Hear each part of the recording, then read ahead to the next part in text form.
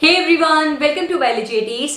आज की वीडियो में मैं आप सभी को समझाने वाली हूँ the process of transcription in eukaryotes. इससे पहले की जो मेरी जेनेटिक्स की वीडियो है उसमें मैंने आप सभी को ट्रांसक्रिप्शन इन प्रोकैरियोट्स ये पूरी प्रोसेस एक्सप्लेन करी है। अगर आप लोगों ने वो वीडियो नहीं देखी है तो प्लीज एक बार प्रोकैरियोटिक ट्रांसक्रिप्शन को जरूर सुन लीजिएगा, उस वीडियो को जरूर देख लीजिएगा। उसी के बाद आपकी काफी हेल्प हो जाएगी इस वीडियो को समझने के लिए। ठीक है, चलिए सबसे पहले हम शुरू करते हैं डेफिनेशन से। बेटा, what is transcription? Transcription is the process of कॉपिंग genetic information from one strand of DNA into RNA. Simple भाषा में कहें तो डीएनए से आरएनए बनाने की प्रोसेस को ट्रांसक्रिप्शन कहते हैं। फ्रांसिस क्रिक ने central dogma of molecular biology दी थी, जो क्या कहता है? ये कहता है कि भाई हमारा डीएनए आरएनए बनाता है और हमारा आरएनए प्रोटीन्स बनाता है। डीएनए से आरएनए बनने की प्रोसेस को ट्रांसक्रिप्शन कहते हैं और आरएनए से प्रोटीन बनने की प्रोसेस को ट्रांसलेशन कहते हैं। जब ट्रांसक्रिप्शन होता है बेटा डबल स्ट्रैंडेड डीएनए से, जब हमारा आरएनए बनता है तो इस प्रोसेस में डीएनए का सिर्फ एक स्ट्रैंड ही इन्वॉल्व होता है। During the process of synthesis of RNA, the genetic information is copied from only one strand of DNA. ऐसा क्यों होता है? मैंने पिछली वीडियो में आपको एक्सप्लेन करा था। क्योंकि अगर डीएनए के दोनों स्ट्रैंड्स आरएनए बनाएंगे तो एक डबल स्ट्रैंडेड आरएनए बनेगा और डबल स्ट्रैंडेड आरएनए कभी भी प्रोटीन नहीं बनाता है। इसी वजह से डीएनए आरएनए जब बना रहा होता है तो डीएनए का सिर्फ और सिर्फ एक स्ट्रैंड आरएनए बनाता है, दोनों स्ट्रैंड्स नहीं बनाते हैं। अब जरा प्रोकैरियोटिक ट्रांसक्रिप्शन को थोड़ा सा रिवाइज कर लिया जाए। ठीक है, ट्रांसक्रिप्शन किसकी वजह से हो रहा है? डीएनए की हेल्प से हो रहा है। डीएनए ही तो आरएनए बना रहा है। अब हमारे डीएनए में बेटा सारा का सारा डीएनए आरएनए नहीं बनाता है, डीएनए का कुछ पोर्शन ही आरएनए बनाता है। डीएनए का वो पार्ट जो कि आरएनए बना रहा है उसे हम कहते हैं structural gene. Structural gene is the segment of DNA that forms RNA. ठीक है, ट्रांसक्रिप्शन कौन सा एंजाइम करता है? डीएनए डिपेंडेंट आरएनए पॉलीमरेज, ये एंजाइम है जो कि आपका ट्रांसक्रिप्शन करता है। अब आरएनए पॉलीमरेज जब एमआरएनए बनाता है तो उस एमआरएनए की पोलैरिटी होती है 5 प्राइम टू 3 प्राइम डायरेक्शन में, यानी कि आरएनए पॉलीमरेज जिस डीएनए के स्ट्रैंड पर एक्ट करने वाला है उसकी पोलैरिटी 3 प्राइम टू 5 प्राइम होनी चाहिए। अगर पेरेंटल डीएनए स्ट्रैंड की पोलैरिटी 3 प्राइम टू 5 प्राइम है तभी जाकर तो उसके कॉम्प्लीमेंट्री सीक्वेंस ऐड करके जो एमआरएनए बनेगा उसकी पोलैरिटी 5 प्राइम टू 3 प्राइम होगी। पिछली वीडियो में भी डिस्कस किया था हमने ये। तो आपका जो आरएनए पॉलीमरेज एंजाइम होता है it acts on the DNA strand which has polarity in 3 prime to 5 prime direction. तो इस वाले स्ट्रैंड को हम नाम दे देते हैं टेम्पलेट स्ट्रैंड जिसकी polarity 3 prime to 5 prime direction होती है, और दूसरा डीएनए स्ट्रैंड जिसकी पोलैरिटी 5 प्राइम टू 3 प्राइम है उसका हम नाम दे देते हैं कोडिंग स्ट्रैंड।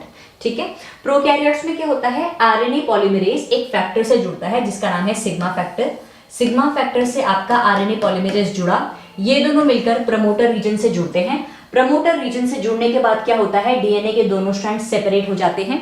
ठीक है, अब टेम्पलेट स्ट्रैंड से आरएनए पॉलीमरेज जाकर जुड़ेगा। टेम्पलेट स्ट्रैंड पर जो भी सीक्वेंसेस प्रेजेंट है उन सीक्वेंस के कॉम्प्लीमेंट्री सीक्वेंस ऐड करते हुए आरएनए पॉलीमरेज क्या बनाएगा? एमआरएनए बनाएगा।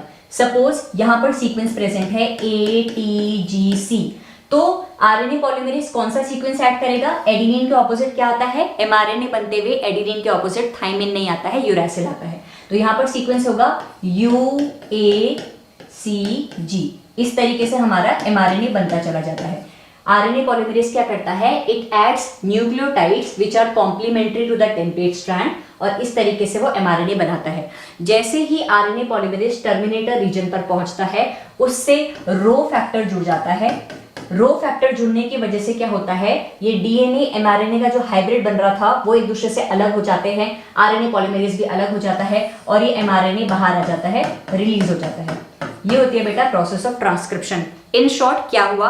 आरएनए पॉलीमरेज आया, प्रमोटर रीजन से जुड़ा, जुड़ने के बाद उसने क्या किया? स्ट्रक्चरल जीन में जो भी न्यूक्लियोटाइड्स प्रेजेंट थे उनके कॉम्प्लीमेंट्री न्यूक्लियोटाइड्स ऐड करते हुए एमआरएनए बनाया।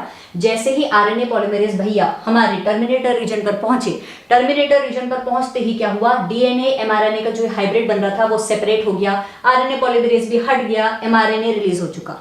This is the process of transcription in prokaryotes. ठीक है, ये चीज हमने पिछली वीडियो में डिस्कस करी थी। अब यूकैरियोटिक ट्रांसक्रिप्शन भी थोड़ा बहुत ऐसे ही होता है बेटा, छोटे छोटे डिफरेंसेस होते हैं जिन्हें कि आज हम डिस्कस करेंगे। ठीक है, उससे पहले हम जरा कुछ कुछ पॉइंट्स याद कर लेते हैं। What is the difference between prokaryotic and eukaryotic transcription? जो आपका प्रोकैरियोटिक ट्रांसक्रिप्शन होता है बेटा वो साइटोप्लाज्म में होता है and eukaryotic transcription takes place in nucleus. आसान सी चीज है। दूसरी चीज, प्रोकैरियोटिक ट्रांसक्रिप्शन के टाइम पर बेटा एक ही आरएनए पॉलीमरेज काम करता है। आपको पता होगा 3 टाइप के आरएनए होता है बेटा, mRNA, rRNA, tRNA, messenger RNA, ribosomal RNA, transfer RNA. 3 type के आरएनए होते हैं। तीनों टाइप के आरएनए को बनाने के लिए प्रोकैरियोट्स में एक ही आरएनए पॉलीमरेज होता है। ये सुपर स्ट्रांग है, ये कहता है तीनों आरएनए मैं बना दूंगा, कोई गलना। लेकिन यूकैरियोटिक ट्रांसक्रिप्शन में एमआरएनए को बनाने के लिए एक अलग आरएनए पॉलीमरेज एंजाइम होता है, टीआरएनए को बनाने के लिए एक अलग आरएनए पॉलीमरेज एंजाइम होता है, आरआरएनए को बनाने के लिए एक अलग आरएनए पॉलीमरेज होता है। ठीक है, तो 3 टाइप के आरएनए पॉलीमरेज आपके यूकैरियोटिक ट्रांसक्रिप्शन में इन्वॉल्व होते हैं। आरएनए पॉलीमरेज 1 बनाता है आपका आरआरएनए। आरआरएनए के क्या क्या टाइप होते हैं? 28S rRNA, 18S rRNA, 5.8S rRNA. इसमें जो ये एस वर्ड है बेटा, इसे बोलते हैं स्वेडबर्ग कांस्टेंट। ठीक है, ये आपके सिलेबस में नहीं है, हालांकि थोड़ा बता देती हूँ। एस स्वेडबर्ग्स यूनिट होता है बेटा। स्वेडबर्ग एक साइंटिस्ट का नाम था जिन्होंने क्या किया था, ये कहते हैं कि जब आपके आरएनए के मॉलिक्यूल को सेंट्रिफिकेशन में हम रोटेट कराते हैं और उसके बाद जिस रेट से आपके आरएनए के मॉलिक्यूल सेडिमेंट हो रहे हैं, सेटल हो रहे हैं, उस रेट के यूनिट का नाम हमने दे दिया स्वेडबर्ग। साइंटिस्ट के नाम से यूनिट का नाम रख दिया स्वेडबर्ग।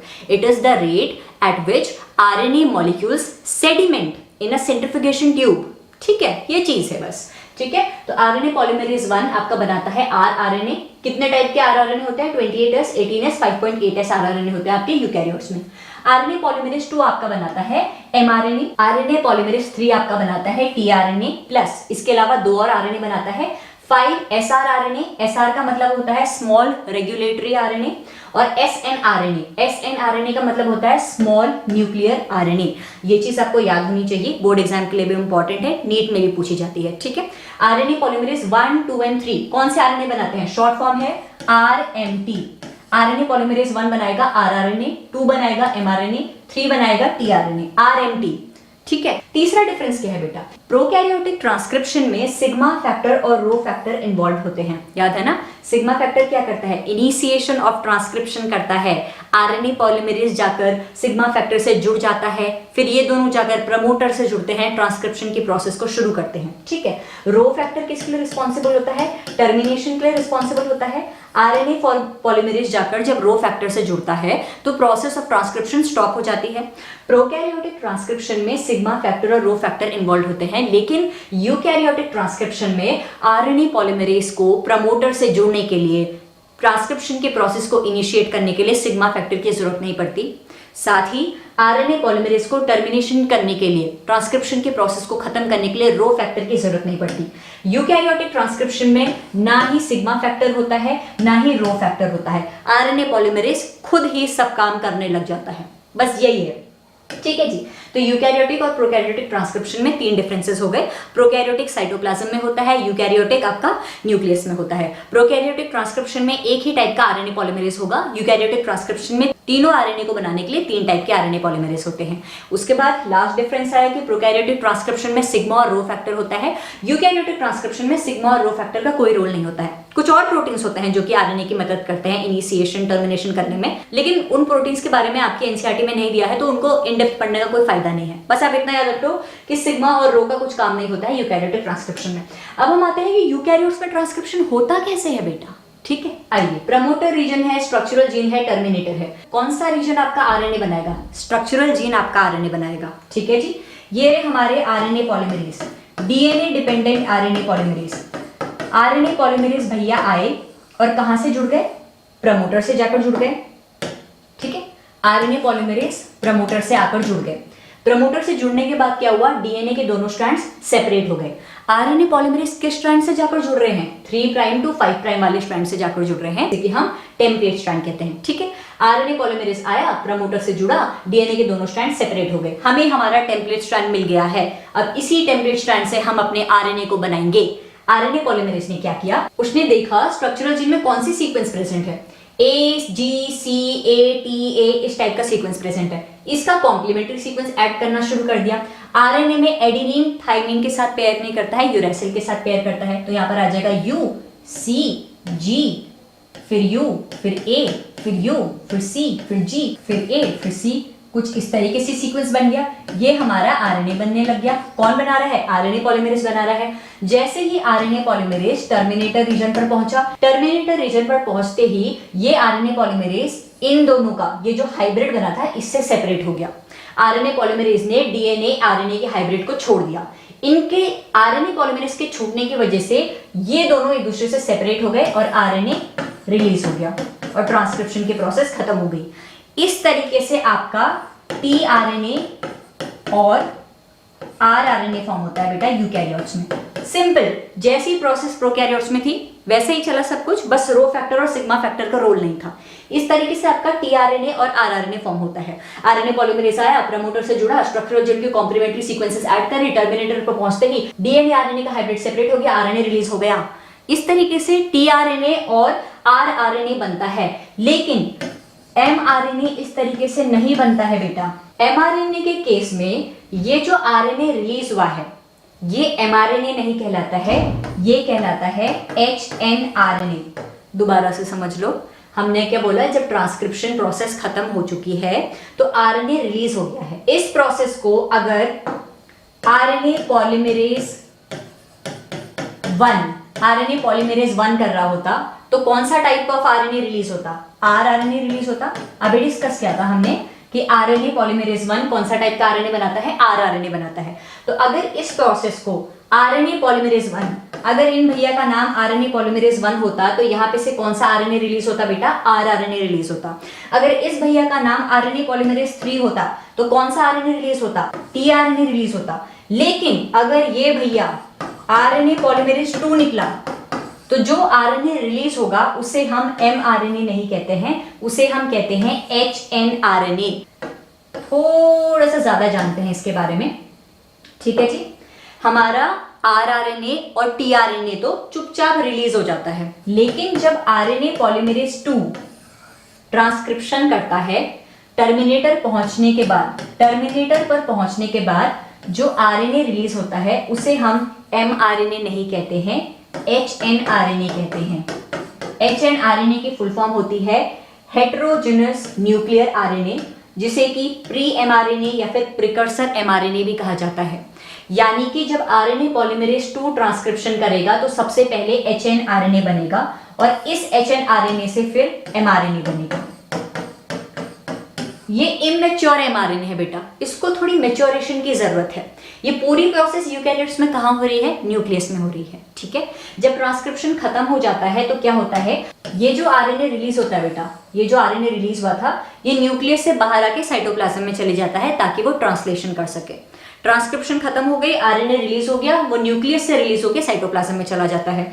तो हमारा टीआरएनए और आरआरएनए तो चुपचाप ट्रांसक्रिप्शन खत्म होने के बाद न्यूक्लियस से बाहर चले जाता है। लेकिन हमारे एमआरएनए के केस में क्या होता है, जो आरएनए रिलीज हुआ है वो एमआरएनए नहीं है, वो इमेच्योर एमआरएनए है, जिसको थोड़ा हमें मैच्योर बनाना है, इसमें थोड़ी सी मॉडिफिकेशन लानी है ताकि ये एमआरएनए बन सके और फिर एमआरएनए न्यूक्लियस से बाहर आ सके, साइटोप्लाज्म में जा सके और ट्रांसलेशन कर सके।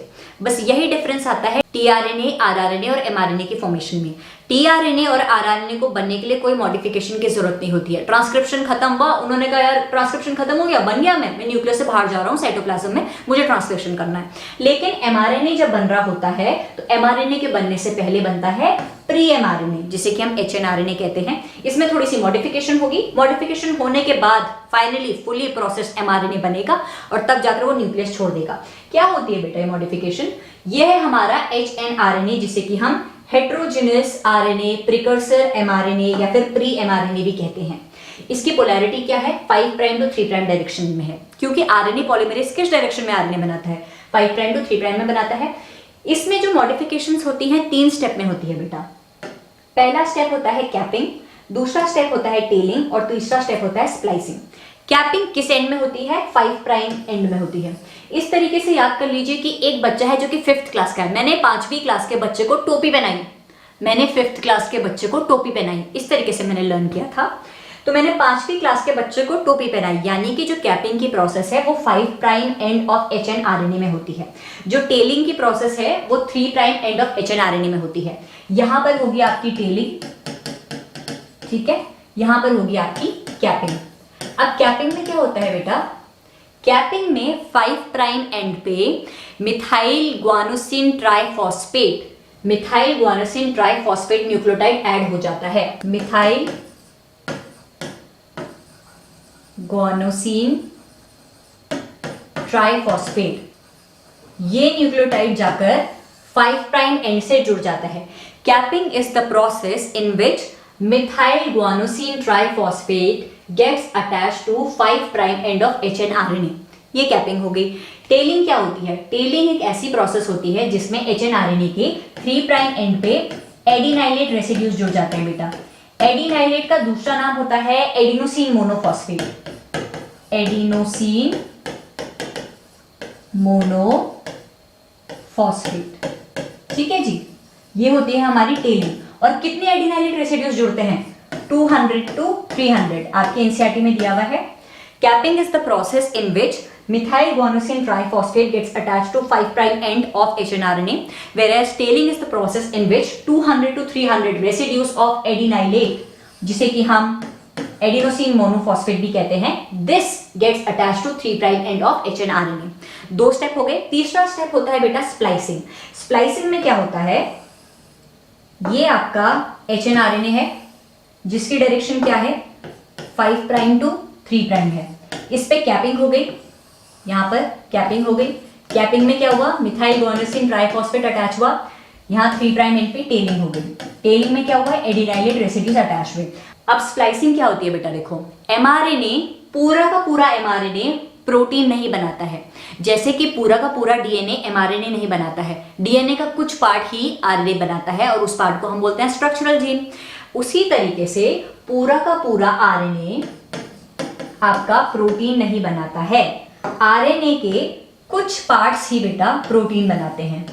सपोज ये वो पार्ट्स हैं, RNA के कुछ रीजन्स ही प्रोटीन बनाते हैं and these regions are known as exons. The protein coding sequences of RNA are known as exons. ये भी एक्सॉन है, ये भी एक्सॉन है और ये भी एक्सॉन है। और जो नॉन फंक्शनल रीजन्स होते हैं बेटा, उन्हें हम बोलते हैं इंट्रॉन्स।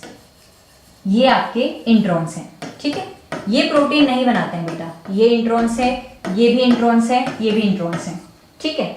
अब स्प्लाइसिंग एक ऐसी प्रोसेस होती है जहां पर हम इन नॉन फंक्शनल सीक्वेंसेस को हटा देते हैं और जितने भी फंक्शनल सीक्वेंसेस हैं, हमारे एक्सॉन्स हैं, इन्हें जोड़ देते हैं और तब जाकर हमें एक मैच्योर mRNA मिल जाता है जिसके पास यहां पर कैप है, यहां पर टेल है, ठीक है। स्प्लाइसिंग में क्या होता है? The non-functional regions of RNA called as introns are removed and the functional sequences called as exons are joined।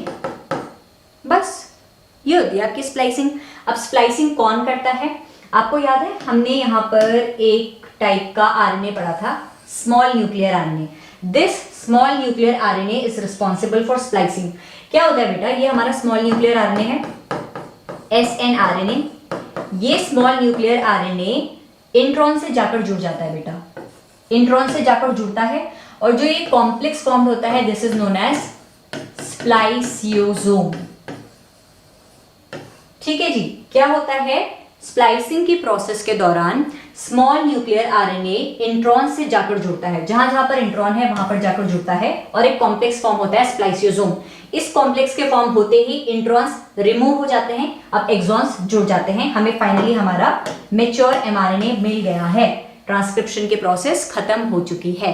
तो this is the process of transcription in eukaryotes. Simple है, प्रोकैरियोट्स जैसी ही होती है बेटा, बस डिफरेंस आता है mRNA की फॉर्मेशन में। जो हमारा tRNA और rRNA है वो तो प्रोकैरियोटिक ट्रांसक्रिप्शन की तरह ही बनता है। प्रमोटर से जुड़ा, स्ट्रक्चरल जीन पे कॉम्प्लीमेंट्री सीक्वेंसेस ऐड हुए, टर्मिनेटर पे खत्म हुआ, RNA रिलीज हो गया। लेकिन mRNA के टाइम पे जो चीज रिलीज होती है वो mRNA नहीं HNRNA होता है, जो कि 3 मॉडिफिकेशंस करता है। क्या क्या होती है वो? Capping, tailing and splicing. इन दोनों प्रोसेसेस के बाद हमारा प्री mRNA मैच्योर mRNA बनाता है and this is how process of transcription in eukaryotes gets completed. तो बस यही थी the process of transcription in eukaryotes. I hope आप लोगों को समझ आया होगा।